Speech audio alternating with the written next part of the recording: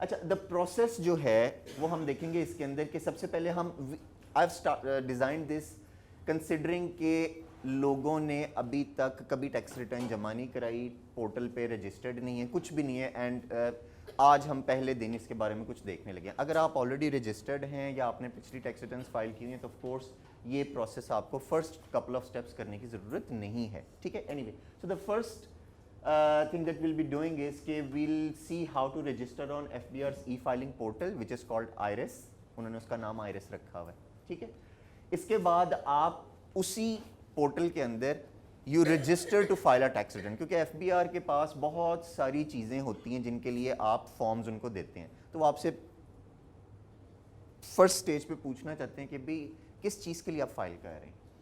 Then you have जो register आप जब कर लेते हैं उसके बाद आपने उसके अंदर से अप्रोप्रिएट रिटर्न फाइल ढूंढनी है कि कौन सी हमने करनी है। ढूंढनी से मतलब ये है कि वो ड्रॉप डाउन मेन्यू में से मैं आपको बता दूंगा कि इनकम टैक्स रिटर्न कौन सी होती है, ठीक है। उसके बाद है जी हमने देखना है कि हमारा टोटल इनकम टैक्स कैलकुलेट कैसे होता है। देन हम देखेंगे कि जी इनकम टैक्स को हमने कैसे, ये जो सारी इंफॉर्मेशन है इसको हमने FBR के पोर्टल में टैक्स रिटर्न में भरना कैसे है, ठीक है। और उसके बाद वेल्थ स्टेटमेंट देखेंगे और फाइनली हम देखेंगे टैक्स रिटर्न सबमिट कैसे करनी है, ठीक है। It's all very straightforward, there is nothing, no science behind it. Alright, registration करने के लिए FBR की जो website, by the way I will ask HR या एकेडमिक जो भी इस इवेंट को ऑर्गेनाइज करें कि ये शेयर कर देंगे आपके साथ स्लाइड्स वगैरह। इसके साथ साथ FBR ने अपने भी वो कुछ फैक्ट्स और इस तरह की डॉक्यूमेंट्स बनाई हुई हैं जिसमें वो आपको बताते हैं कि जी मुख्तलिफ क्वेश्चंस के आंसर्स वो आपके करते हैं, तो ये चीज़, ये इन्फॉर्मेशन वहाँ पे भी मिल जाएगी, यहाँ पे भी है, it's synthesized for your ease. Anyway, इसके अंदर सबसे पहले जब हमने अकाउंट बनाना है, we go to this following URL, ठीक है। और याद रखिएगा before we go any further, जो IRIS है, जो FBR का पोर्टल है, दे क्लेम कि ये सफारी पे भी चलता है। मेरे तो सफारी पे नहीं चलता, वो मैं फिर अदर ब्राउज़र में ओपरा यूज़ करता हूँ। आप you can use Chrome, usually works fine, तो आप लोग हर एक के पास क्रोम होता है तो यू कैन यूज़ दैट, ठीक है। क्योंकि आप वो, वरना अगर आप सफारी में, अगर आप में से अक्सर के पास मैकबुक्स होती हैं, वो जब सफारी में करते हैं वो लोड ही नहीं होता, हम कहते हैं पता नहीं क्या हो गया, ठीक है। और अगर आप किसी तरह उसमें लोड कर लेते हैं, आगे आपकी टैक्स रिटर्न फाइलिंग में आपको बड़ी मुश्किल होती है, बस का लॉगिन ही नहीं आप हो पाते। तो इसलिए दूसरा आप ये जो क्रोम या इस तरह का भी आप यूज़ कर सकते हैं। Anyway, this is the landing page, ठीक है। एंड यू कैन सी, यार इसका वो, यू कैन सी कि यहाँ पर हमने देखना है कि रजिस्ट्रेशन फॉर अनरजिस्टर्ड पर्सन के लिए हमने सबसे पहले रजिस्टर करना है, ठीक है। चल नहीं रहा यार, आगे तो नहीं चलेगा।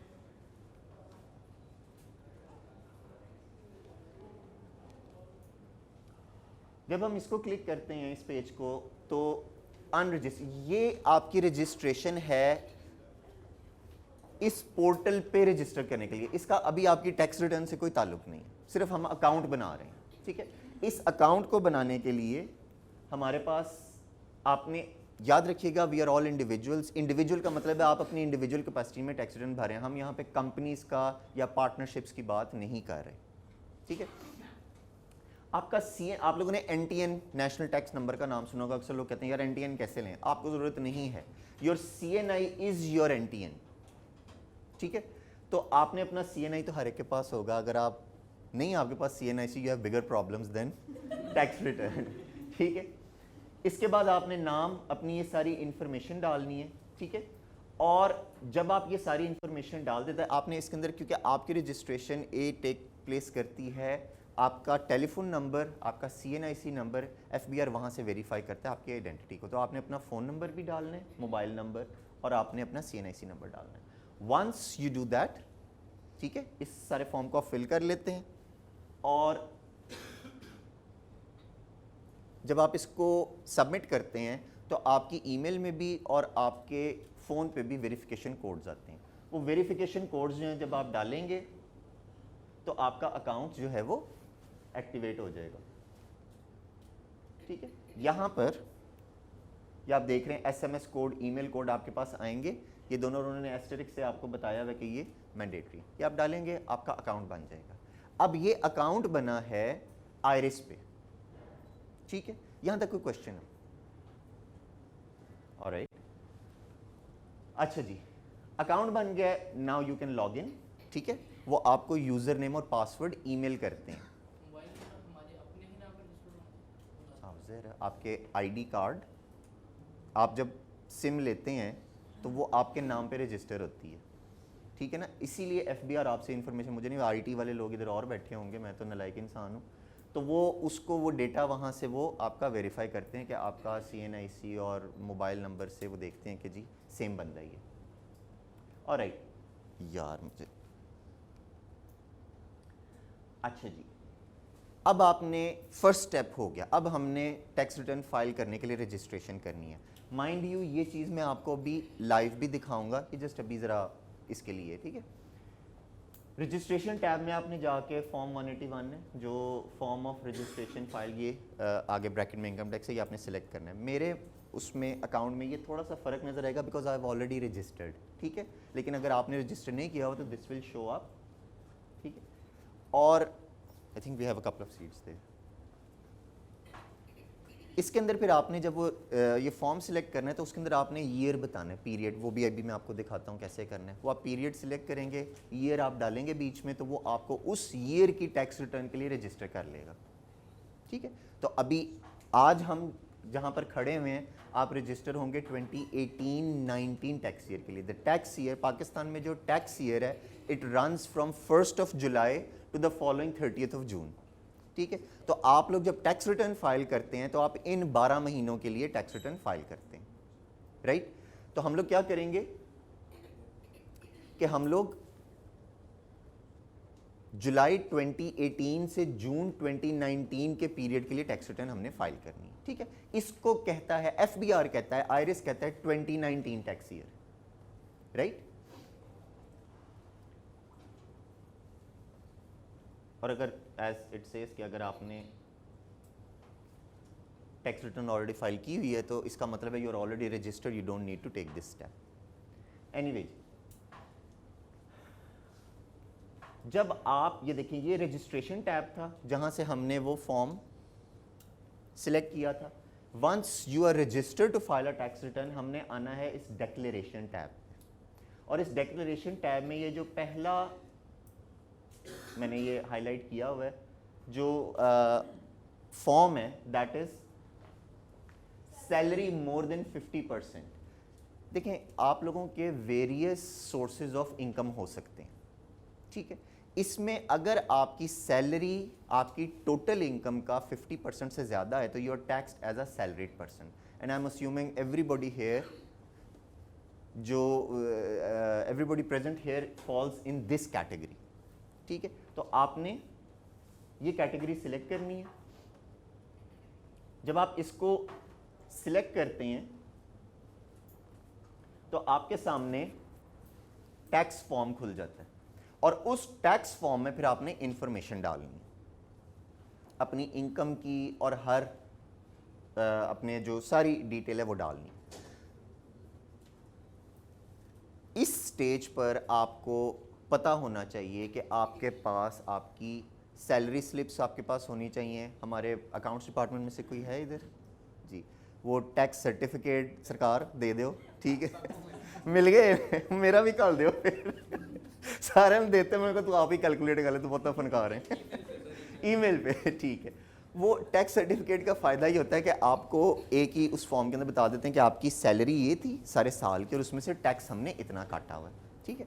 वो सारी इन्फॉर्मेशन, और आपके पास आपकी सैलरी स्लिप्स होती हैं 12 महीनों की, वो भी ये आपको भेजते हैं हर महीने। वो ईमेल को डिलीट नहीं कर देना होता, वो आपका रिकॉर्ड है, इन्होंने बार बार नहीं करनी, इसलिए बेहतर है उसको सेव कर लिया करें अपने पास, ठीक है। अब यहाँ से I am gonna show you, यहाँ से थोड़ा सा बुकिश हो जाता है क्योंकि ये सारी चीज़ अभी मैंने आपको पोर्टल में दिखानी है, लेकिन calculation of income tax in itself you should know how to do this, right. अच्छा, हम लोग यहाँ पर इनकम टैक्स की कैलकुलेशन और सैलरी और वो सारी एक लंबी कहानी है, ठीक है। हमने यहाँ पर देखना है कि जी हमारे पास ITU के एम्प्लॉयज़ हैं, और आम तौर पे हमारे सैलरी स्लिप में ये आइटम्स होती हैं, basic salary, medical allowance, leave encashment, research allowance, honorarium, और एक ये एंड में फिगर होती है टैक्स डिडक्टेड की। आप में से किसी की सैलरी स्लिप में ये सारी आइटम्स हो सकती हैं, किसी की कम हो सकती हैं, किसी की ज़्यादा हो सकती हैं, but generally we have these items. किसी की सैलरी स्लिप में इसके अलावा कोई आइटम हो,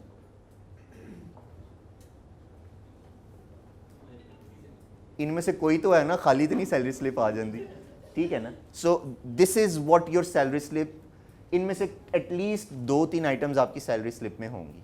आम तौर पे the way ITU page salary, वो हमें कहते हैं, एटलीस्ट इस तरह मुझे पे करता है सैलरी, वो कहता है जी बेसिक सैलरी आपको हर महीने मिल जाएगी, ठीक है। ये जो मेडिकल अलाउंस और लीव एनकैशमेंट है, ये आपको मिलेगा हर तीसरे महीने 3 महीनों का इकट्ठा करके, ठीक है। रिसर्च अलाउंस को कहते हैं पाजा, मुझे नहीं मिलता, ठीक है। और ऑनरेरियम वादा है, देखें कब वफा करते हैं, ये साल में 1 दफा मिलता है अगर मिले तो ठीक है। और हर महीने ये टैक्स काटते हैं। अब आपकी सैलरी जो है ना, ये सारी चीज़ें मिलकर आपकी मंथली सैलरी बनाती हैं। हर मंथ में इनमें से कोई ना कोई आइटम्स आ रही होती हैं, और चूंकि हम टोटों में करके सैलरी देते हैं, बेसिक सैलरी हर महीने देते हैं, रिसर्च मेडिकल अलाउंस हर 3 महीने बाद देते हैं, लीव एनकैशमेंट हर 3 महीने के बाद होती है, रिसर्च अलाउंस जब VC साहब ऑथराइज कर देते हैं तो मिल जाता है एक ही दफ़ा, वरना नहीं मिलता, मैंने सुना है ये। और ऑनरेरियम दा उनकी कही है जी। तो कहने का मतलब ये आपकी इनकम हर महीने चेंज हो रही है तकरीबन, लेकिन ये जो है ना हमारे अकाउंट्स वाले दोस्त, ये बड़े अच्छे हैं, ये टैक्स हर महीने सेम ही डिडक्ट करते हैं, क्योंकि ये करते हैं, इन्हें पता है कि साल में आपको जी फड़ लो, इन्होंने आए ने हथे चढ़े ने मैं भी बड़ा तत्ता होया इन्हां ते तो जो टैक्स डिडक्टेड होता है ये हर महीने कांस्टेंट। ये क्या करते हैं हमारे अकाउंट्स वाले भाई, इनको पता है कि हमें सारे साल में कितनी सैलरी मिलनी है, एक ही दफ़ा कैलकुलेट करके और उस टैक्स डिडक्टेड को 12 महीने पे डिवाइड कर देते हैं। That's fine, I am fine with that कि जी मुझे पता है हर महीने मेरा इतना टैक्स कट जाए, ठीक है। अभी तक कोई क्वेश्चन है? ऑलराइट, जी जी।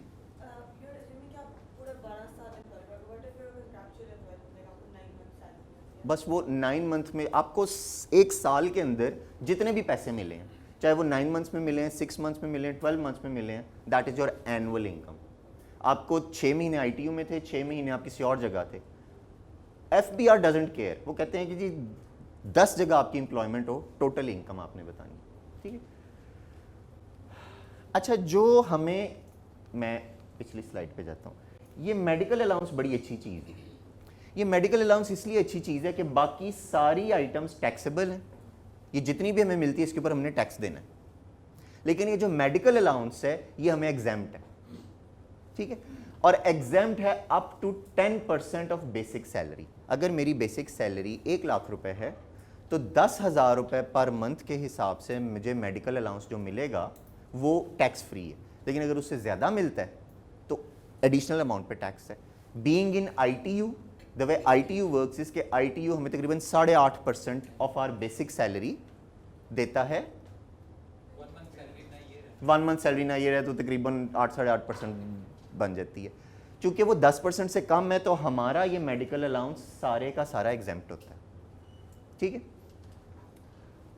अच्छा, अगर आपको ट्रैवलिंग अलाउंस मिल रहा है आपके खर्चे के लिए, आप ट्रैवल कर रहे हैं यूनिवर्सिटी के काम से, और यूनिवर्सिटी के काम से जब आप ट्रैवल कर रहे हैं तो यूनिवर्सिटी आपको कहती है कि ये लो भाई 100 रुपये, इसमें अपनी टिकट शिकट खरीद लेना, वो आपको एग्जेम्प्ट है क्योंकि आप यूनिवर्सिटी के काम के लिए एक्चुअल एक्सपेंडिचर कर रहे हैं, ठीक है।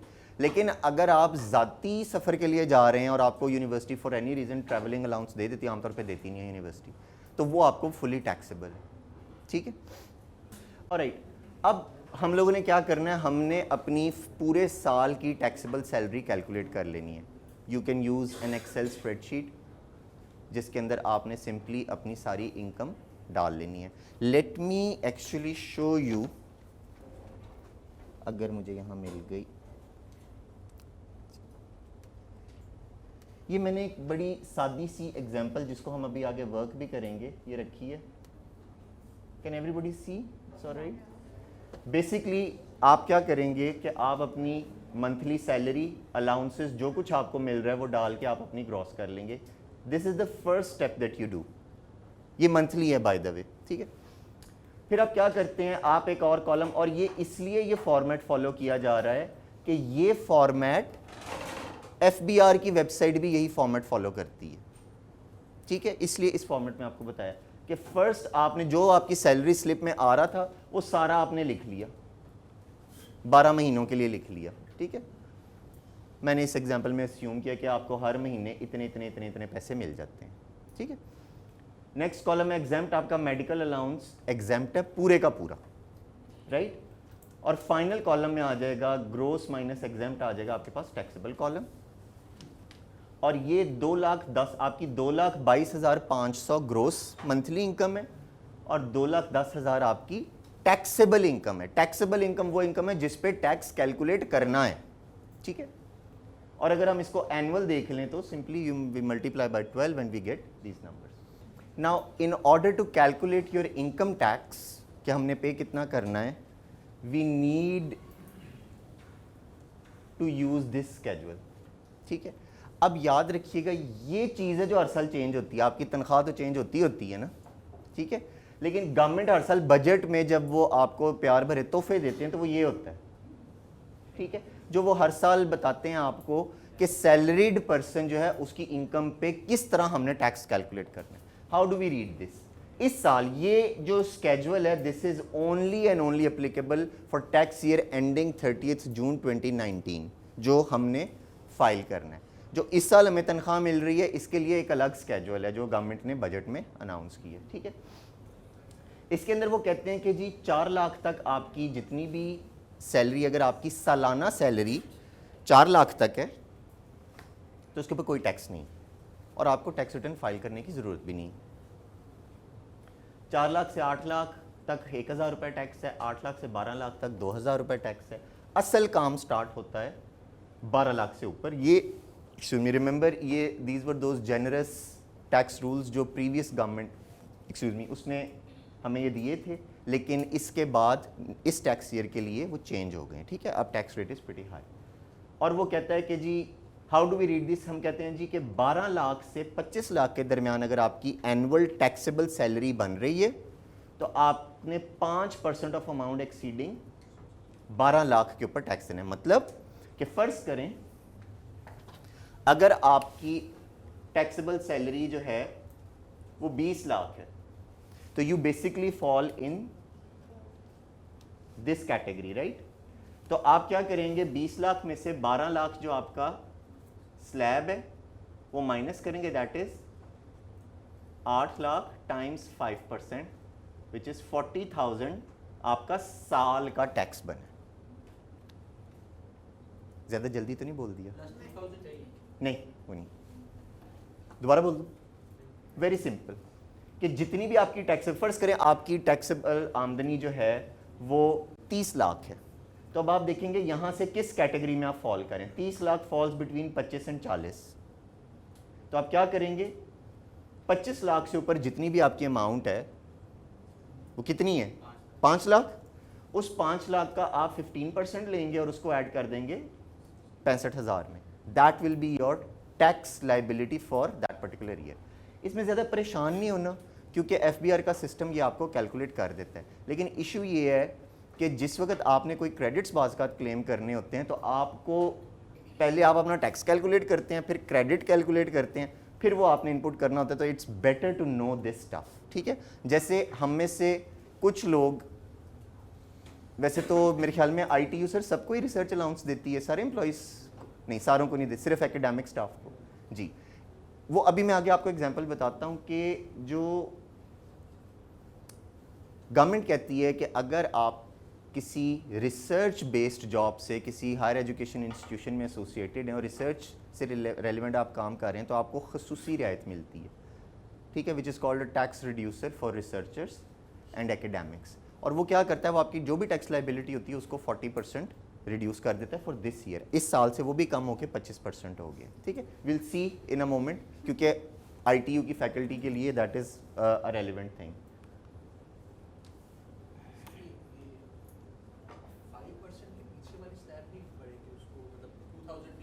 नहीं वो नहीं। तो इस तरह तो 12 लाख 50,000 जिसकी है उसको 1,000 पड़ेगा। बिल्कुल, you are very right, good point. Actually जिस वक्त ये रूल्स आए थे ना, ये पिछला साल काफ़ी टर्बुलेंट रहा था for more than one reason, लेकिन टैक्स के लिए भी थे। मुझे आखिर में आके शेड्यूल भूल ही, आमतौर पे जो टैक्स पढ़ाने वाले लोग होते हैं ना, उन्हें उस साल का टैक्स कैलकुलेशन या शेड्यूल याद हो जाता है काम वो कर कर के ना, तो मुझे याद हो के भूलना पड़ा मुझे, क्योंकि वो 3 दफ़ा चेंज हुआ था ड्यूरिंग द ईयर। और किया इन्होंने ये था, this is a mathematical anomaly, कि अगर आपकी 12,05,000 रुपये सैलरी है तो आप बेसिकली 100 रुपये देंगे। हाँ जी 100 रुपया दे रहे हैं, तो इस बंदे ने आपसे ज़्यादा टैक्स भरा है। लेकिन दिस इज़ पाकिस्तान, मैथ से हमारा ताल्लुक ज़रा कम ही है जो हमारा जी चाहता है कर लेते हैं। एनीवे सर पर नीचे क्रॉस है उस टाइम जिसकी 2000 से कम रहेगी ना हाँ, लायबिलिटी वो 2000 ही देगा बिल्कुल। लेकिन उन्होंने स्केड्यूल इस तरह से कंफ्यूजिंग बनाया, इस तरह से बनाया था कि आप कैलकुलेट करते हैं तो वो फ़र्क, और वो भी उन्होंने बाद में आई थिंक एसआर उन्होंने भेजा था उसके ऊपर, क्योंकि हाँ मिनिमम आपने देनी है अगर आप 8 से 12 8 लाख से अगर आपके ऊपर है। Anyway these are the details, you हम हमारे पास इतना इसका एनीवे अब आपने क्या करना है जनाब, आपने अपनी टोटल टैक्स लाइबिलिटीज टेबल की मदद से कैलकुलेट कर ली, ठीक है। इसमें से सारा साल जो अकाउंट्स वाले भाइयों ने आपका टैक्स काटा हुआ है वो आपने इस टैक्स लाइबिलिटी से कंपेयर कर लेना है। अगर आपका जो टैक्स बनता है वर्सेस जो कटा है, बनने वाला कटने वाले से ज़्यादा है, तो आपने भी एफबीआर को मज़ीद पैसे देने हैं, क्योंकि इन्होंने थोड़े पैसे काटे हैं। अगर इन्होंने ज़्यादा पैसे काट लिए हैं तो आपको रिफ़ंड मिलेगा। Now before we go any further, FBR से रिफ़ंड नहीं मिलता, ये मैं अभी बता रहा हूँ। आप अगर ये समझेंगे ना आपको चेक मिल जाएगा, तो वो नहीं मिलना। उसका फिर एक झटका तरीका लगाते हैं, वो ये करते हैं कि अगले साल के टैक्स पेबल में पिछले साल का रिफ़ंड एडजस्ट कर लेते हैं। वो कैसे किया जाता है, वो इन भाइयों की मदद से किया जाता है। एक फॉर्म होता है IT3, उसके बारे में मैं बताऊंगा। एंड आई वुड रेकमेंड आप में से वो लोग जो टैक्स रिटर्न फाइनली फाइल करने का सोचते हैं, you do consider filing submitting form IT3। अभी आगे उसके ख़वास में आपको बता देता हूँ। अच्छा जी, अब हम क्विकली ये जो पीछे मैंने एग्जांपल शो की थी वो देख लेते हैं कि जी आपकी सैलरी सब कुछ, ये एक आपकी टिपिकल सैलरी स्लिप है और आपका टैक्स हर महीने 3,400 डिडक्ट करते हैं। चल पड़ी यार। अच्छा जी, यहाँ पर हमने ये वही एक्सेल शीट मैंने जो आपको दिखाई है उसी का ये स्क्रीनशॉट है, और हम एनुअल टैक्सेबल इनकम हमारी 25,20,000 है। इस बैंड में हम फॉल कर रहे हैं, और हमने कैसे अपना टैक्स पेबल कैलकुलेट किया, 65,000 plus 2.5 million and 20,000 minus 2.5 million times 15%, which is 3,000। तो 68,000 आपकी टैक्स लाइबिलिटी बनी, ठीक है। ये calculation it's not that difficult. Now the good news जो अभी मैंने आपको बताई है कि the academic staff here would get a 40% tax reducer, और अगले साल से ये 25% हो जाएगा। तो हमारी एग्जाम्पल में इस रिटर्न में 40%, ठीक है। ये बताओ जी, दसो जी केड़ा साडे चो एकेडमिक स्टाफ है?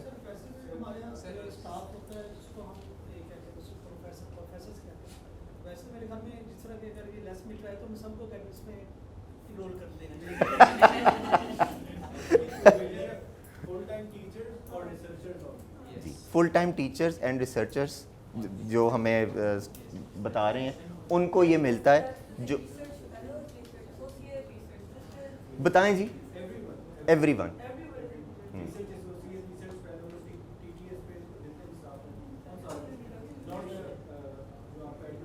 एडमिनिस्ट्रेटिव स्टाफ जिसमें अकाउंट्स वाले, जिसमें एडमिन वाले, HR वाले, इन सबको नहीं मिलता ये, ठीक है।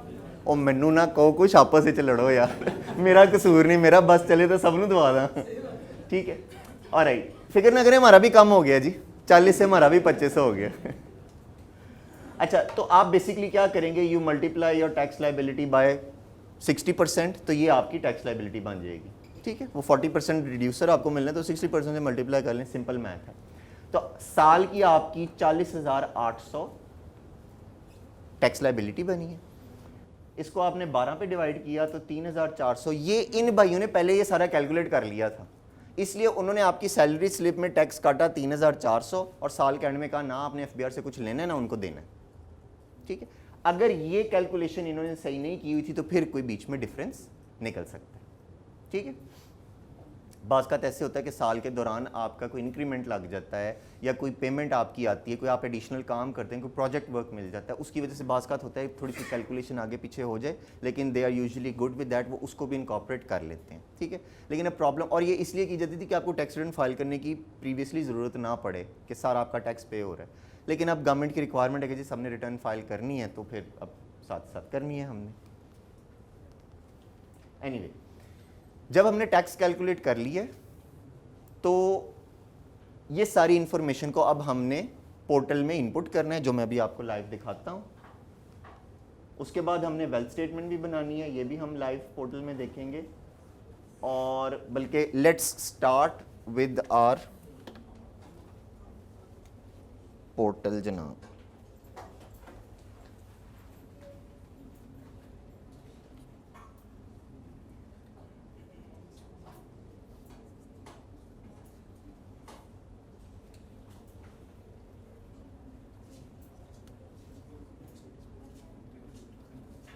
ओके यार, सॉरी, मैं 1 मिनट इसको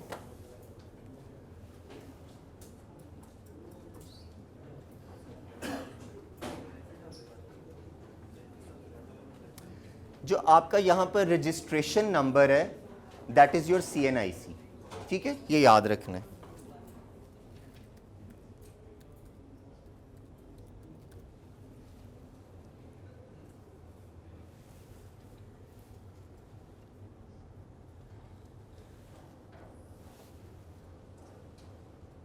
फर्स्ट टाइम लॉगिन करते हो ये फॉरवर्ड पासवर्ड कहना है, फर्स्ट टाइम लॉगिन करते हो फॉरवर्ड पासवर्ड कहना है। नहीं नहीं, फर्स्ट टाइम लॉगिन करना है तो आपने वो, आपको उन्होंने ईमेल में भेजा हुआ है पासवर्ड, वहाँ से आप कॉपी पेस्ट कर लें और उसके बाद आपने चेंज करना है तो चेंज कर लें नेक्स्ट टाइम। ठीक है, ऑलराइट, मैं भी आप लोगों के साथ इस तरफ ही खड़ा हो जाता हूँ जी, ज़रा ये सेटिंग्स इसकी आउट हुई हुई हैं आज। अच्छा जी, जब आप लॉगिन करते हैं तो जैसे मैंने आपको पिछली स्लाइड्स में बताया था, रजिस्ट्रेशन में अगर आप यहाँ पे देखें तो लिखा हुआ है, ये सबको नज़र आ रहा है, फॉर्म 181। ठीक है, इसको हम क्लिक करेंगे तो यहाँ पे हम आगे अपनी रजिस्टर कर लेंगे। ठीक है, फर्स्ट टाइम। ठीक है, जब आप रजिस्टर कर लेते हैं to file a tax return, तब आपने उसके बाद आ जाना है डेक्लेरेशन में। ठीक है, डेक्लेरेशन में ये फर्स्ट वन, ये भी मैंने आपको स्लाइड्स में दिखाया था कि this is the return we need to file. ठीक है, और बल्कि जी यहां पर आकर आप देख सकते हैं कि उसने, चूंकि मैं ऑलरेडी रजिस्टर्ड हूं टू फाइल, तो उसने मुझे 2019 में ही खोला है, ओपन किया मेरे लिए। ठीक है, लेकिन जब आप रजिस्टर करेंगे तो आपने वहाँ पे एक वो डायलॉग बॉक्स खुलेगा बड़ा मनूस सा, उसके अंदर आपने टैक्स पीरियड डाल के उसको सर्च कर, बल्कि मैं आपको वो भी दिखा ही देता हूँ। अगर हम इधर रजिस्ट्रेशन में आके इसको क्लिक करें, ये देख रहे हैं आप, ये पीरियड वाला सेक्शन, इसको आपने क्लिक करना है और ये वो मनूसा डायलॉग्स बॉक्स है जिसकी मैं डायलॉग बॉक्स है, इसके अंदर आपने टैक्स पीरियड डाल देना है। ठीक है, तो 2019 मैंने डाला है और इसको सर्च करना है। ये देख रहे हैं आपके पास वो, उसने मुझे डायरेक्ट ही 21 जुलाई 2018 से 30 जून 2019 तक के लिए उसने मुझे कहा है कि ये रिटर्न आप सिलेक्ट कर लें। Are we clear on this? ठीक है, ये मैंने जनाब सिलेक्ट कर लिया। अब मुझे ये पुट्ठा सीधा कोई जवाब दे देगा क्योंकि आई एम ऑलरेडी रजिस्टर्ड। चलिए इसको कैंसिल करते हैं और अब आ जाएं जी। ये पता लग गया कि हमने रजिस्टर कैसे करना है। वो जब आप ये प्रोसेस से गुजरेंगे तो आपको रजिस्टर कर लेगा फॉर द टैक्स रिटर्न। अब आ जाएं जनाब, this is the tax return, income tax return जो हमने फाइल करनी है।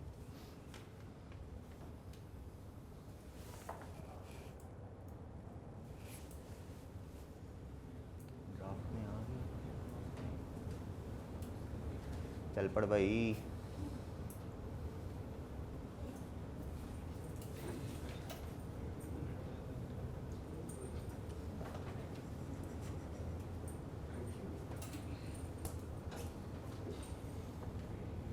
आई हुई, अच्छा ठीक है जी।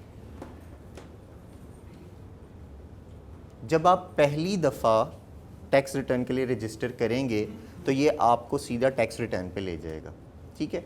जब आप बार बार आपने लॉगिन करना है, जैसे मुझे पिछली दफ़ा डायरेक्ट उस पर ले गया था, लेकिन अब चूंकि मैंने उसको रजिस्टर दोबारा की है तो इस डायलॉग बॉक्स में आपको लाएगा, आपने सिंपली से हाईलाइट करना है और यहाँ पर एडिट का बटन है।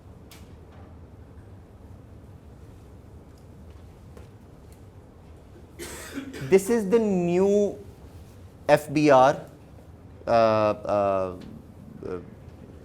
इंटरफेस यार की IT वाले हेल्प मी आउट, ठीक है, जिसके अंदर वो आपको पुराना आपके पास इधर ऊपर, ये ज़रा स्क्रीन मेरे ख्याल में वो उतनी नहीं आ रही है, इस जगह पर ना उन्होंने क्लासिक व्यू के नाम से लिखा हुआ है। जो वो लोग जिन्होंने पहले टैक्स रिटर्न फाइल की हुई है, if you are comfortable with that look, तो यहाँ पर क्लासिक व्यू का एक वो बटन बचा है, अगर आप उसको क्लिक करेंगे तो आपको क्लासिक व्यू में जो पहले आपने देखा हुआ है उसी पे चलेगा। हाउएवर चूँकि मोस्टली लोग यहाँ पर शायद पहली दफ़ा कर रहे हैं, तो let's see this is more intuitive, this is easier to do. अच्छा जी, सबसे पहले है जी रेजिडेंट या नॉन रेजिडेंट, ये आपने सिलेक्ट करना है, ठीक है। टैक्स रेजिडेंट आप उस वक्त हैं पाकिस्तान में जिस वक्त आपने एटलीस्ट 183 डेज पाकिस्तान में गुजारे हैं। अगर आप किसी in any one tax year अगर आपने पाकिस्तान में 183 डेज नहीं गुजारे तो you are not tax resident in Pakistan. Now that doesn't mean you don't need to file a tax return, it simply means कि आपने यहाँ पर इस ऑप्शन को क्लिक करना है, वो उसके मुताबिक आपसे रेलिवेंट इन्फॉर्मेशन मांगेगा। बट आई गेस यहाँ पर हम सारे जो हैं देसी लोग हैं सारे, हम सब भी पाकिस्तान में टैक्स रेजिडेंट। किसी साल अगर आपने बहुत ज़्यादा ट्रैवल की है अब्रॉड तो अपने आप को दिन गिनने पड़ेंगे, पासपोर्ट की मदद से आप गिन सकते हैं कि जी कितने दिन आप पाकिस्तान में थे, कितने पाकिस्तान से बाहर थे। ऑलराइट, तो हमको ना सिलेक्ट कि I was tax resident in Pakistan, ये देखें ये ऊपर चेक बॉक्स आ गया, इट मीन्स कि ये ऑप्शन मैंने सिलेक्ट कर ली है।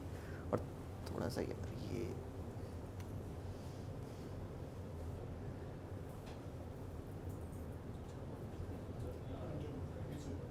वो इसको देखो थोड़ा सा, ये हाँ जी वो है, मैं कोशिश कर रहा हूँ ये स्क्रीन में फिट आ जाए, पता नहीं ये क्यों नहीं उसमें आ रहा, लेकिन चलें एनीवे।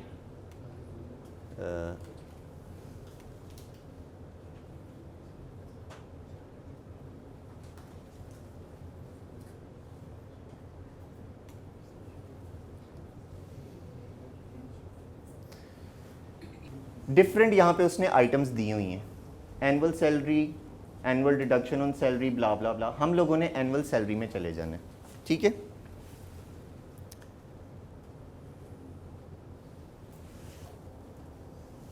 यहाँ पर आपने अपनी टोटल सैलरी जो हमने वो एक्सेल शीट से कैलकुलेट की थी, जो हमारी पे वेजेस और other including areas of salary, ये सारी हमने यहाँ पे डाल देनी है इस बॉक्स में।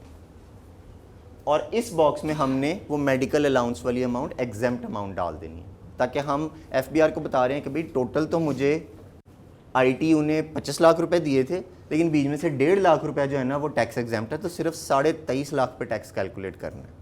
This what we are trying to tell FBR, ठीक है। तो यहाँ पर हम लोग लेट्स सपोज जी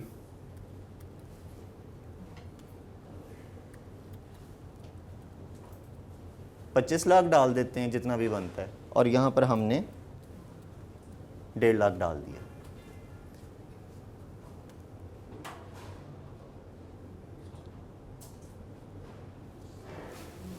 सेव कर दें इसे।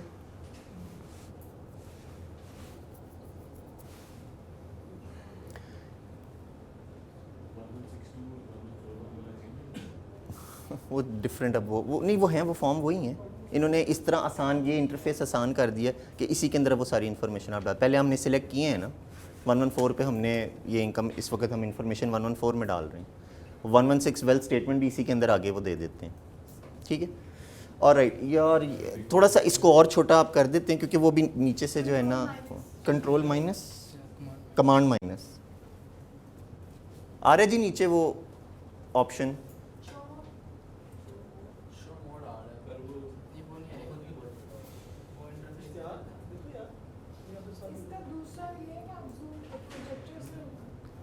प्रोजेक्टर को आई एम सॉरी यार, ये पता नहीं क्या वजह इसकी है, क्यों नहीं थोड़ा सा इधर कर ले, स्क्रीन पे वही रहेगी थोड़ा थोड़ी सी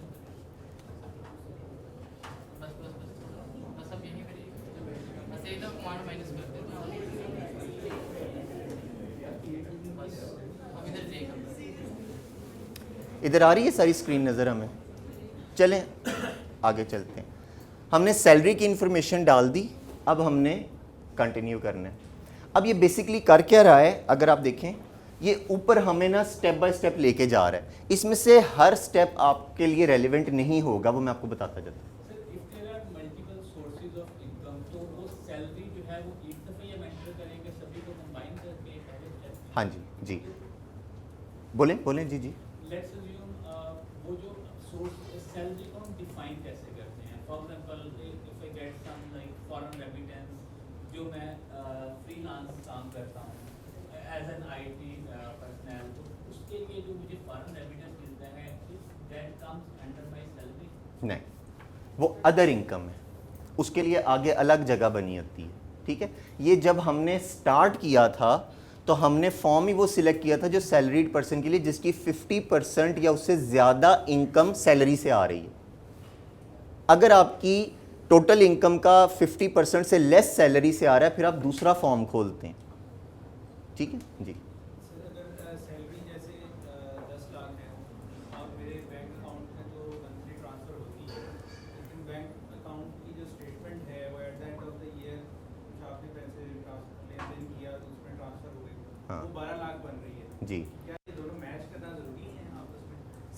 बैंक अकाउंट को इससे मैच करना ज़रूरी नहीं, लेकिन आपकी वेल्थ स्टेटमेंट को इससे मैच करना ज़रूरी, क्योंकि आप जब वो 2 लाख एक्स्ट्रा आप अपनी वेल्थ, क्योंकि आपने बैंक स्टेटमेंट्स का जो 30 जून को बैलेंस है ना, वो सारा आपने अपनी वेल्थ स्टेटमेंट में डालना है टू शो के जी दिस इज़ माई वेल्थ। अब वो 2 लाख एक्स्ट्रा आ रहा है, वो 2 लाख एक्स्ट्रा जो आ रहा है ना, वो किसी वजह से आ रहा है। वो रेमिटेंस आपको आपके भाई ने भेजी है, आप उसको गिफ्ट में डालेंगे। अगर वो आपकी इनकम है तो फिर पहले इनकम टैक्स में उस पर टैक्स लगवाएंगे ना, फिर बैलेंस हो जाएगा। हैं सेविंग है तो वो तो पहले से ही पड़ी हुई है ना, तो वो तो पड़ी रहेगी। मतलब दैट्स द पॉइंट कि आप अगर अब इस साल टैक्स रिटर्न, पहले ही साल आप रिटर्न डाल रहे हैं और आपका ऑलरेडी 10 लाख रुपए की सेविंग है, तो वो तो आप पहले साल डाल रहे हैं ना, वो चलती रहेगी। ठीक है जी। चलिए जून की सैलरी है चलो जी जी। That is transferred to account let's name on 15th of July. जून की सैलरी अकाउंट पे आती है 15th जुलाई को लेट्स अज्यूम। तो उस केस में जो है वो हम उसको ये जो 2019 जून की सैलरी है वो 2019 15th जुलाई को आती है, तो उस केस में क्या करना है? मतलब हम उसको जो है वो 2018-19 वाले टैक्स रिटर्न पे फाइल करेंगे या 19-20 वाले में? देखें, the pure legal rule is के salary is considered when it is received, यानी अगर आपको लेट मिल रही है तो वो जिस साल में मिली उसमें रिसीव करें, लेकिन ऐसे होता नहीं है। हम अक्रूवल बेसिस पे चलते हैं। अक्रूवल बेसिस का मतलब है ये सैलरी इन लिeu ऑफ जून थी तो ये जून वाले ईयर में ही डालेंगे आप। सर उसको फिर अकाउंट से 30th ऑफ जून के जो बैलेंस है हमारा बैंक का उसके साथ हम कैसे जस्टिफाई? वेल्थ स्टेटमेंट में आपके पास मुख्तलिफ लाइन्स होती हैं जिसमें आप शो करते हैं, ठीक है, और उसमें आप वहाँ पे बताते हैं कि जी कितने एरियर्स हैं, या आगे है या पीछे है, वो अभी हम देखते हैं। ठीक है, हाँ जी। अच्छा जी, अब वो आपसे पूछ रहा है अदर सोर्सेज ऑफ इनकम। अभी किसी ने क्वेश्चन किया था कि जी अगर मुझे और कोई पैसे आ रहे हैं, फॉरेन इनकम आ रही है, रेमिटेंस, आपने फ्रीलांसिंग करके, हमारे यहाँ पे आईटी के वो लोग जो फ्रीलांसिंग करते हैं, बाहर से पैसे आपको आते हैं, ठीक है, तो वो आपकी फॉरेन इनकम है, या आपको और किसी सोर्स से कोई इनकम आ रही है तो उसको आप यहाँ पे डाल देते हैं। हमारी एग्जांपल में हम बेचारे सीधा साधे लोग हैं, हमें फ़ॉरेन से या हमारी कोई अदर इनकम नहीं है, इसलिए हम उसको यहाँ पे इसको खाली छोड़ देंगे और नेक्स्ट दबा देंगे। It's very quick actually. ये वो मेरे शायद पढ़ाने का तरीका इतना अच्छा नहीं कि वो ज़रा लंबा प्रोसेस लग रहा है, साथ हमारा जो है मेरी इंटरनेट की जो, हाँ जी, विच पेंशन, जो आपको रिटायरमेंट पे मिलती है।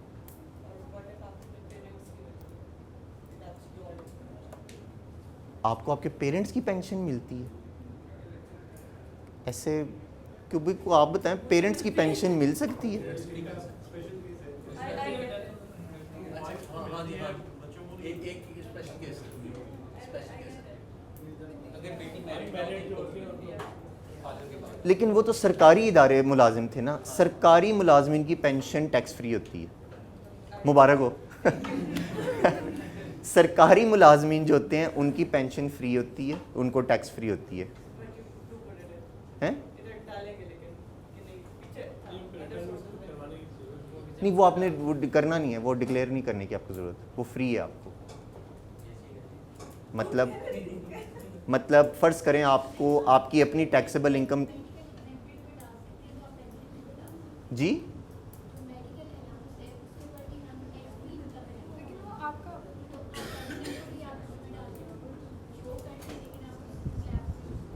देखें, इसमें जो स्टैंडर्ड एफबीआर की स्टैंडिंग है ना, वो कहते हैं कि जी जो आइटम हमने एग्जाम्प्ट, क्योंकि मेडिकल आपको इसलिए डालनी पड़ती है कि मेडिकल हमेशा सारा नहीं एग्जाम्प्ट होता, ठीक है?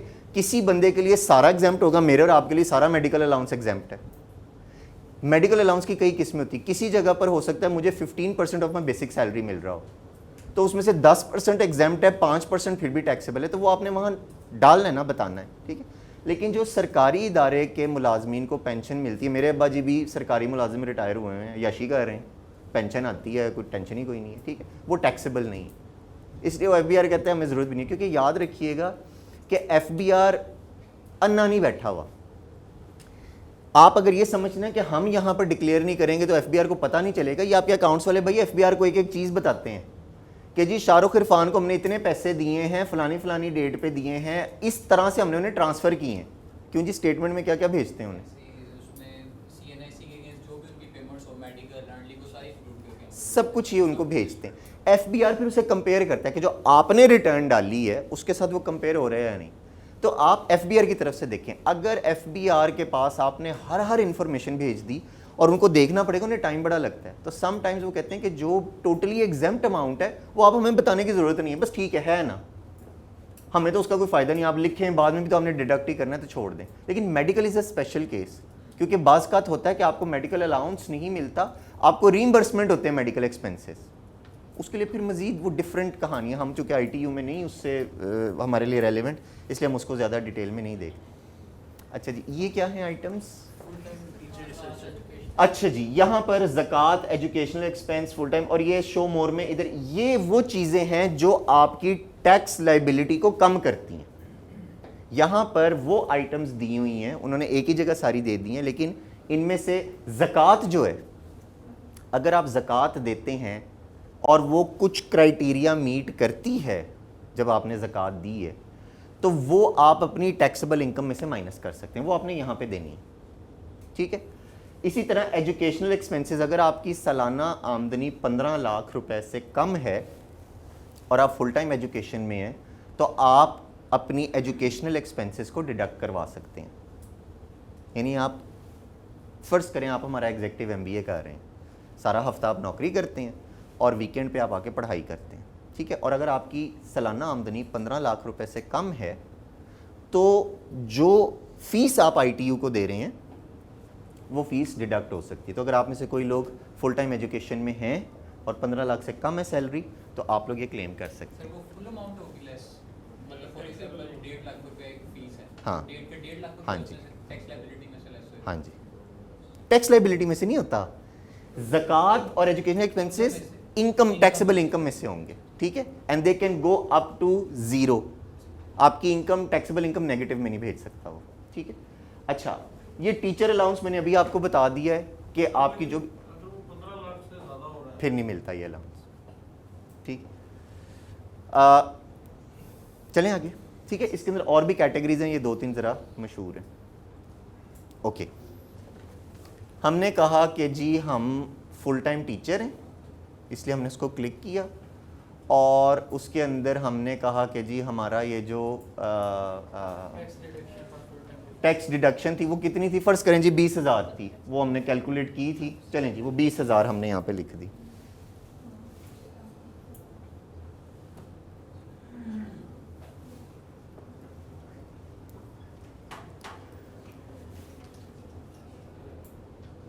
नेक्स्ट स्लाइड पे हम, नेक्स्ट स्क्रीन पे हम चले गए, ठीक है। अब वो कहते हैं कि जी मेरा ये चीज़, अब यहाँ पर हमें फाइनली IT3 फॉर्म को आपको बताना पड़ेगा। हमारी जो गवर्नमेंट है, FBR है, वो ये कहता है कि जी आप लोगों ने कुछ जगह, जब आपने कुछ खर्चे ऐसे किए हैं जहाँ पर उस खर्चे के साथ हमने आपसे एडवांस में आपका इनकम टैक्स ले लिया, और उस इनकम टैक्स को आपके पास मौका है कि आप अपनी टैक्स रिटर्न में एडजस्ट करवाएं, ठीक है।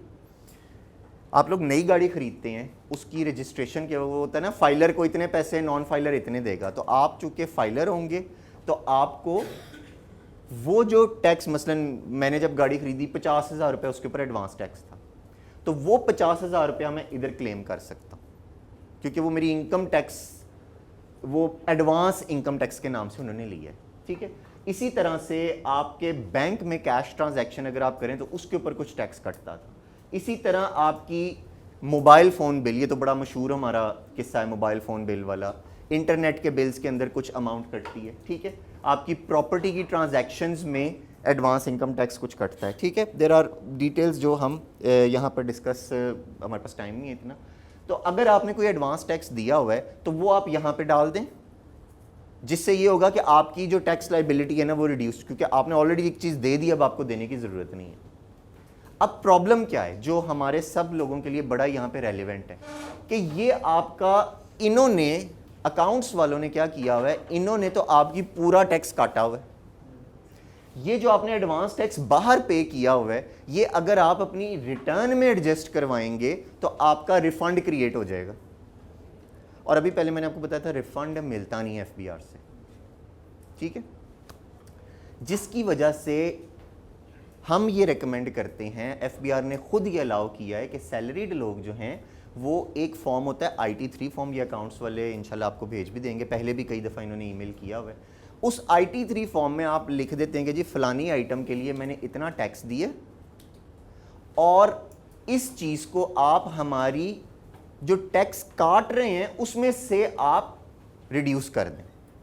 यानी ये करते ये हैं कि हर महीने आपका जो 3400 रुपये टैक्स कटना था उसकी जगह आप शायद आपका 2800 रुपये टैक्स काटें। क्यों? क्योंकि वो ऑलरेडी वो 600 रुपया जो है वो पर मंथ के हिसाब से वो 7,200 रुपये आपने ऑलरेडी इंटरनेट और इधर उधर के चक्रों में आपने एडवांस टैक्स दिया हुआ है। इसका फ़ायदा ये है कि आपको FBR के पीछे नहीं जाना पड़ता कि हमारा रिफंड दे दो। इसी तरह और 2-4 आइटम्स होती हैं। एक सेक्शन 62 बड़ा मशहूर है जिसके अंदर आपने अगर नए शेयर्स में इन्वेस्ट किया है, किसी कंपनी ने नए शेयर्स इशू किए हैं या म्यूचुअल फंड में आपने ख़रीदा या हेल्थ इंश्योरेंस में आपने कुछ इन्वेस्टमेंट की है, तो उसके ऊपर आपको आपके एवरेज टैक्स रेट के हिसाब से कुछ रिबेट मिलता है। That is beyond the scope of this discussion. लेकिन वो जो रिबेट होता है हम लोग आमतौर पर वो भी IT3 फॉर्म में डाल के उसको क्लेम कर लेते, because what we want to do is कि हमारी टैक्स रिटर्न में FBR से हमें रिफंड की नौबत ना आए। जो भी आगे पीछे काम होना है वो हम IT3 में कर लें। और फाइनली FBR अलाउ तो नहीं करता यूजुअली, FBR ये यूजुअली अलाउ नहीं करता कि जी आप अपने पिछले साल का टैक्स रिफंड इस साल IT3 के थ्रू एडजस्ट करवा लें। लेकिन मैंने आज तक ऐसा केस नहीं सुना जहां FBR ने एक्सप्लिसिटली इस पे ऑब्जेक्ट किया हो। तो अगर आपका पिछले सालों का कोई रिफंड बन रहा है और अकाउंट्स वाले मानते हैं तो आप अपने IT3 फॉर्म में उसको डाल सकते हैं, ठीक है। जिन नाम मनन ते कोई तरला पाओ शायद मान ही जाए। इसके अंदर कौन-कौन से आते हैं? जैसे मोबाइल टैक्सेस आते हैं, जो बैंकिंग ट्रांजैक्शन के ऊपर होता है। चलें मैं आपको इसका आसान तरीका बताऊं। जो आपको 30 जून के बाद आपके टैक्स का सर्टिफिकेट भेजेगा ना, इन सिंपल वर्ड्स कि जी ये टैक्स डिडक्ट हुआ है। जैसे आपका मोबाइल, एक्चुअली मोबाइल में सिर्फ एक मसला है कि आप अगर वो स्क्रैच कार्ड यूज़ करते हैं ना फिर नहीं वो आपको भेजते। लेकिन अगर आप पोस्ट पेड होता है, पोस्ट पेड में आपको भेजते हैं, अप्लाई करना पड़ता है। अच्छा वो पोस्ट पेड में तो वो खुद ही भेज देते हैं ना आपको, लॉगिन करके भी तो एप्लीकेशन के अंदर आ गया। वो तुसी बेहतर जानते हो, मैं तो उनकी नलायक बंदा, लेकिन वो मुझे नहीं पता प्रीपेड में करते नहीं, मेरा पोस्ट पेड है तो मुझे पता है वो मुझे साल के एंड में वो मुझे भेज देते हैं एक सर्टिफिकेट के जी इतना आपका टैक्स डिडक्ट हुआ है, ठीक है। एक बहुत इंपॉर्टेंट आइटम है इसके अंदर जो आप IT3 फॉर्म में डाल सकते हैं जहाँ पे एडवांस टैक्स होता है, वो मेरे लिए ज़्यादा इंपॉर्टेंट है, आप में से अक्सर के लिए शायद नहीं है। वो है बच्चों की स्कूल फ़ी के ऊपर एडवांस टैक्स कटता है। अगर आपका बच्चा है और उसकी सालाना फीस स्कूल की 2 लाख रुपए से ज़्यादा है, उसके ऊपर 5% के हिसाब से उन्होंने टैक्स काटना है। ये टैक्स जो है ये फिर आप IT3 फॉर्म में डाल के अपनी टैक्स लाइबिलिटी के अगेंस्ट एडजस्ट करवा सकते हैं, ठीक है। ये सारी चीजें लाइक एंड जैसा आपने कहा आपका जो मोबाइल वो वाला एंड ऑफ द ईयर में आपको सर्टिफिकेट भेजा तब ये भी काट चुके होते हैं, तो ये गुड क्वेश्चन। यूजुअली ये आप लोगों को दिसंबर जनवरी में ईमेल करते हैं, फरवरी में ईमेल करते हैं कि यार अपना सारा, अब आपके 4-6 महीनों का आपके पास है रिकॉर्ड, आगे आप अंदाज़ा कर लें कि जी साल का इतना लगेगा। जितना आप अच्छा अंदाज़ा कर सकेंगे उतना ही आपको फ़ायदा है कि साल के एंड में आपकी कोई लाइबिलिटी या रिफ़ंड नहीं निकलेगा। मेरे लिए करना बड़ा आसान है क्योंकि मेरा फिक्स पोस्टपेड बिल है, वो उसमें से मुझे पता है जी इतना हर महीने कट जाना, ठीक है। फ़ीस मुझे पता है, बच्चों की फ़ीस जो है वो इतनी जाती है, वो खून उन्होंने चूसना है स्कूल वालों ने इतना उन्होंने हर महीने जो है ना ले लेना है मेरे से, तो वो भी मुझे पता है कि कितना जाता है। लेकिन सॉरी ये सिर्फ उतना ही बचा सकते हैं जो फरवरी से ऑनवर्ड नहीं, आपने पूरे साल का देना है, ये फरवरी से जून तक की आपकी सैलरी में उसे एडजस्ट कर देते हैं। फ़र्ज़ करें इस साल आपने गाड़ी खरीदी है, क्योंकि ये बाकी आइटम्स थोड़ी थोड़ी होती हैं, ठीक है, इसलिए कहते हैं यार फरवरी से हमें दे दो, वो आपका 2-4-5 हज़ार रुपये का होना है, वो एडजस्ट हो जाएगा आपकी किसी ना किसी सैलरी में हम कर देंगे एडजस्ट। लेकिन अगर आपने गाड़ी खरीदी है 50,000 या लाख रुपए आपने एडजस्ट करवाना है, तो फिर आप पहले से ही उन्हें बताएंगे। अगर आपने बिल्कुल आखिरी महीनों में गाड़ी खरीदी है तो आई वुड रेकमेंड फिर उस साल में नहीं अगले साल में इनसे कहें कि एडजस्ट कर लें, ठीक है। एक दफ़ा आप ये नहीं कर सकते तोड़ तोड़ के क्लेम कर लें, वो एक ही दफ़ा क्लेम करना है, ठीक है। कहाँ गया अभी? अगर वो अमाउंट आपकी क्या कहते हैं एक साल की टैक्सेबल अमाउंट से ज़्यादा हो, हाँ, टैक्स लायबिलिटी से ज़्यादा, तो रिफ़ंड क्रिएट हो जाता है। वो रिफ़ंड फिर आप अगले साल के IT फॉर्म में इनके तरले मारे, हाथ पैर जोड़ें, इनसे कहीं यार इनू भी विच पा दो, ठीक है, चाय शाय पिलाएं उन्हें तो मान जाएंगे शायद। बैंक को फॉर्म जमा करवाना पड़ता है फाइलर की, लाइक उसे कैसे पता चलता है फाइलर है? बैंक को कैसे पता चलता है? आपसे पहले बैंक को पता लग जाता है फाइलर है। FBR ये सारा डेटा बैंक्स के साथ, इंश्योरेंस कंपनीज के साथ, कार डीलर्स के साथ शेयर करते हैं, वरना आप जाकर आराम से गाड़ी वाले को कह दें, होंडा ले को, यार मैं फाइलर हूँ, तू कट पैसे कट।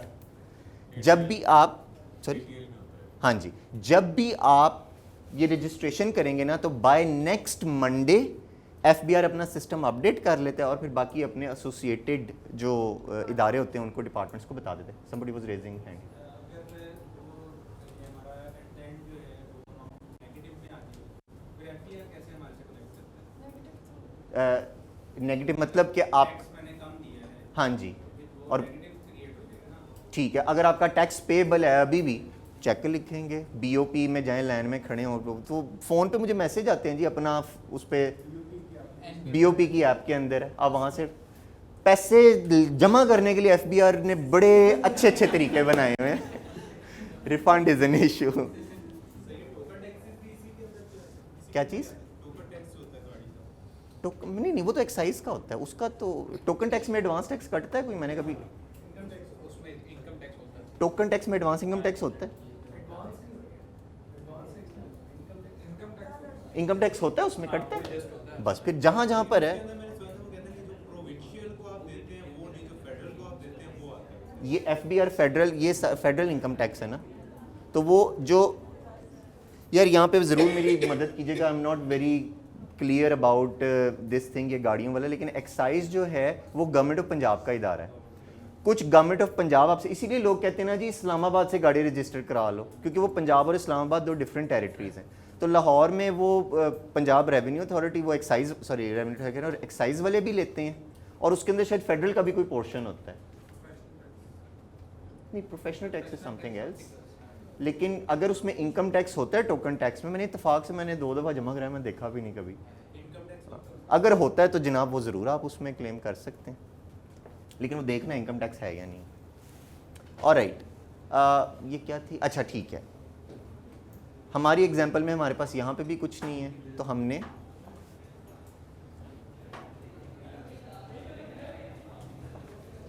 ये क्या है जी, अदर टैक्स, ये सुपर टैक्स हम पे नहीं लगता जी, इसलिए छोड़ दें इसे।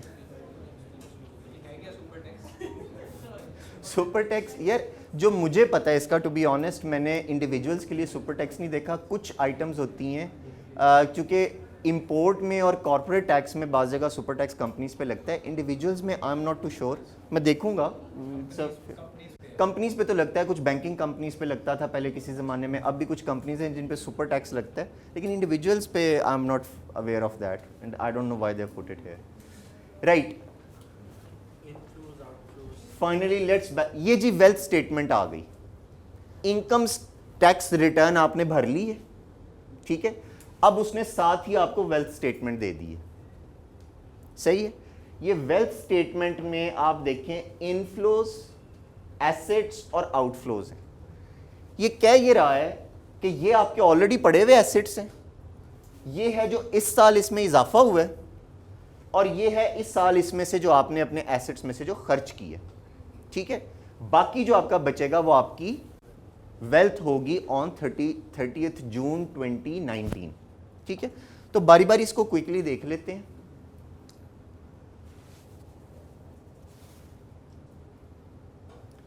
सॉरी ये बहुत हमारी मजबूरी है, छोटा है, लेकिन देख लेते हैं। इस तरफ में आ जाते हैं, बिल्कुल ही नहीं नजर आ रहा किसी को पता लग रहा है? Income delivered as per return for the year subject as national tax, normal tax. Nominal tax,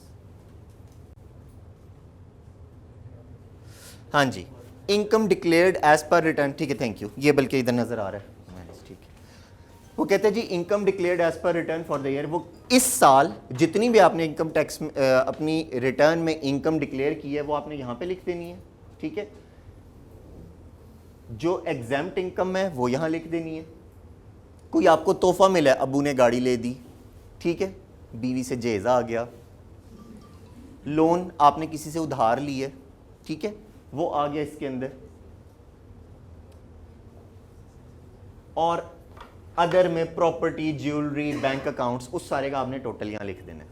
इन्होंने इस दफ़ा से ये आसान कर दिए, पहले ये कहते थे हर आइटम का अलग अलग देना है, ठीक है, ये इन्होंने इस दफ़ा से इसे आसान कर दिया। आपने यहाँ पे ये सारी इन्फॉर्मेशन डाल दी, बैंक अकाउंट्स की, कोई ज्वेलरी है आपके पास, आपके कोई लोन्स वगैरह हैं, वो सारे आपने यहाँ पे डाल दी, ठीक है। सॉरी, जो आपने लोन में आपको जो पैसे मिले हैं वो डालने।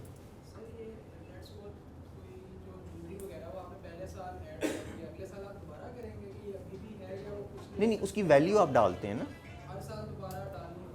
नहीं मतलब ये है कि यहाँ पर तो आपकी जो भी डिक्लेयर, क्योंकि आमतौर पे होता है वो ज्वेलरी की आप वैल्यू यहाँ पे उस साल की लिखेंगे ना, कि जैसे फ़र्ज़ करें 1 लाख रुपए की आपके पास ज्वेलरी है, ठीक है, और इस साल उसकी वैल्यू जो है वो बढ़ के 1 लाख की जगह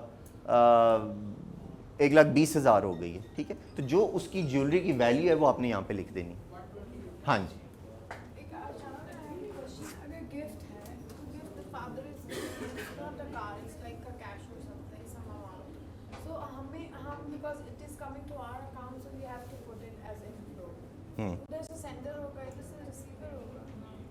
नहीं आपने सिंपली यहाँ पे डाल देनी गिफ्ट में। अब्बू ने आपको 1 लाख रुपया दिया, वो लाख रुपया आपने यहाँ लिख दिया, दैट्स इट। हैं?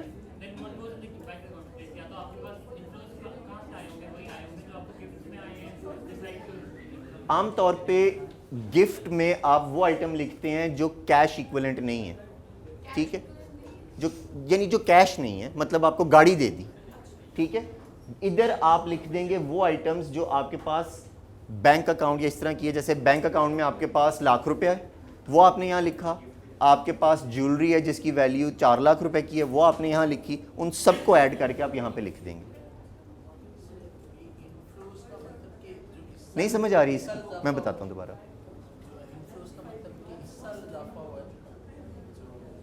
जो इस आपको जो आपकी इनकम में आ रहा है वो आपने इस साल लिख देना, ठीक है। ऑलराइट, सॉरी थोड़ा सा हम जल्दी इधर चलने की कोशिश करें क्योंकि लोग भाग रहे हैं। अच्छा जी,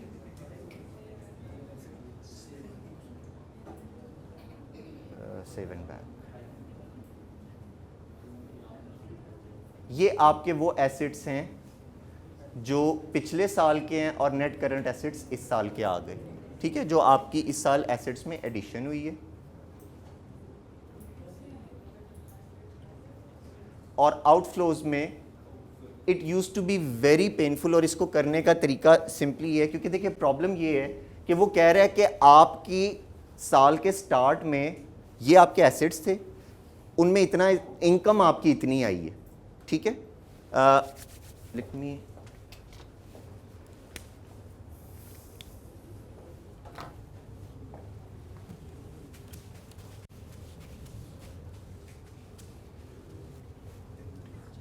बेसिकली आपकी वेल्थ क्या होती है?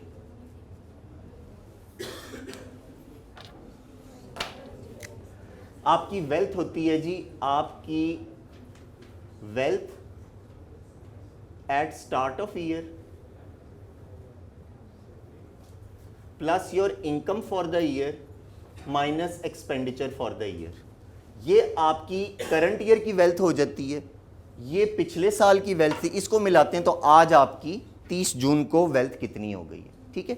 क्योंकि आप ये अजम्पशन ये है कि आपकी वेल्थ में जनरली इजाफा होता है आपकी इनकम में से जो सेविंग है, सारा साल आपने कमाया, उसमें से खर्चा जो बाकी बचा वो आपकी सेविंग है, चाहे वो कैश की फॉर्म हो, चाहे आपने उसकी गाड़ी ले ली हो, कोई जेवर बना लिया हो, ठीक है।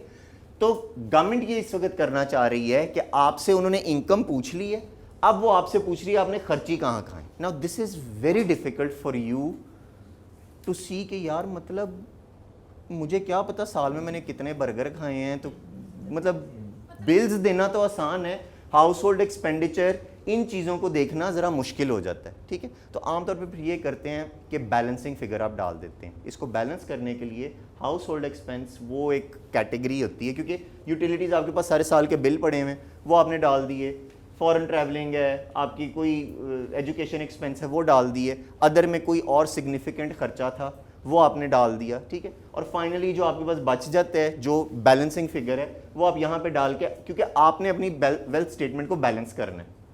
आप ये कह रहे हैं कि जी पिछले साल मेरे पास ₹1,00,000 था, इस साल मैंने 50,000 कमाया, अब 1.5 लाख है मेरे पास, वो 1.5 लाख आपने शो करना है। वो 1.5 लाख शो करने के लिए ज़रूरी है कि ये आपकी अमाउंट्स इस इक्वेशन के तहत बैलेंस कर रही हूँ। तो आपके पास वेल्थ भी अपनी पता होती है आपको, ठीक है। आपको स्टार्ट ऑफ द ईयर पता था, पिछले साल वाली अमाउंट आपके पास है, इनकम भी आपको पता है, फिर आप ये एक्सपेंडिचर को थोड़ा सा उससे खेल के यू मेक श्योर कि ये बैलेंस हो जाता है, अदरवाइज वो आपको फाइल नहीं करने देता, ठीक है। तो ये थोड़ी सी वो अनलेस कि आपने अपने सारे साल एक एक पेनी का हिसाब रखा है, विच इज़ ऑलमोस्ट इम्पॉसिबल जी।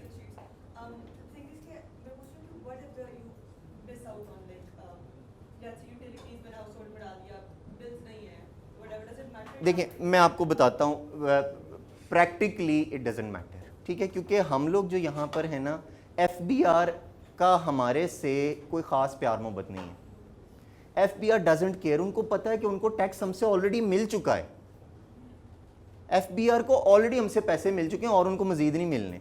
तो हम कुछ आगे पीछे इधर करके दिखा, मतलब आगे पीछे से मतलब ये है कि अगर कोई आइटम किसी गलत जगह आपने डाल भी दी है, दे आर लीस्ट बॉदर्ड आम तौर पे। लेकिन अगर आपकी किस्मत ख़राब है और वो आपको बुला लेते हैं उसके लिए चलें हमारा वैसे भी कंप्लीट हो गया, आपको बुला लेते हैं किसी वो ऑडिट के लिए, वो भेज देते हैं, तो usually you have means to show. मतलब फ़र्ज़ करें आपको उनकी तरफ से लेटर आ गया कि जी आपके हाउस होल्ड जो आपने यूटिलिटीज़ नहीं डाली हुई, हाउ इज़ इट पॉसिबल कि आपका यूटिलिटीज़ का कोई खर्चा नहीं, सारा साल बत्ती के बगैर तो नहीं आप बैठे रहे, ठीक है। तो आप क्या करेंगे, आप लेस्को के रेलिवेंट वो रेवेन्यू ऑफिस जाएंगे, उधर रिक्वेस्ट करेंगे कि जी मेरे पिछले साल के सारे बिल जो है ना उनकी मुझे कॉपी निकाल दो, मेरे गुम गए हैं। वो आपको कॉपी, बल्कि आजकल तो ऑनलाइन आ जाता है, वो सारे आपके बिल आ जाते हैं, वो आप FBR के पास ले जाओगे और उनको तरला साथ एक लेटर लिख दोगे, कहोगे कि यार वो मेरे से बिल गुम गए थे, तो डेडलाइन करीब आ रही थी, तो इस वजह से मैंने जल्दी से ये फिल कर दी है, तो अब इसको कर लें। अगर मसला है, आमतौर पे फिर एफबीआर आपको ये कहती है, अगर वो नहीं मानते वो आपको कहते हैं जाके अमेंड करें। याद रखिएगा ये जो आपकी टैक्स रिटर्न्स हैं दे आर अमेंडेबल। अगर कोई इंफॉर्मेशन वक्ती तौर पे आपके पास नहीं थी या आपने गलती से कुछ गलत कर दिया है तो आप you can always file an amended tax return later on in the year. तो अगर उस वक्त आपके पास वो इंफॉर्मेशन नहीं थी तो आप बाद में जाके अमेंडमेंट डाल सकते हैं। ऑल्दो आई वुड रिकमेंड कि पहले सीधा करें, एक रिटर्न नहीं भरी जाती, अमेंडमेंट कौन करे, ठीक है। फाइनली ये जब मैं आपको ज़बानी बता देता हूं, यहां से जब आप इस स्टेज से जब आप आगे जाते हैं तो सिंपली वो आपसे कहता है कि जी डिक्लेरेशन दें कि सारी इंफॉर्मेशन दुरुस्त है। आप वो चेक बॉक्स को क्लिक करेंगे, वो चेक बॉक्स को आपने क्लिक कर दिया, वो नेक्स्ट स्क्रीन पे आपको ले जाके कहेगा कि आप अपना सबमिट करना है। अब आप अपना पिन नंबर डालें। ये पिन नंबर वो है जो एफबीआर ने आपको रजिस्ट्रेशन के वक्त ईमेल में भेजा था, ठीक है। उस पिन नंबर को आपने डालना है तो वो आपकी फाइल रिटर्न जो है फाइल हो जाएगी। Once your tax return is filed your job is done. और यूजुअली बाय नेक्स्ट मंडे, आपने वेंसडे को, आज आपने घर जाके टैक्स रिटर्न फाइल कर दी तो बाय नेक्स्ट मंडे होपफुली आपका नाम एक्टिव टैक्स पेयर लिस्ट में आ जाएगा।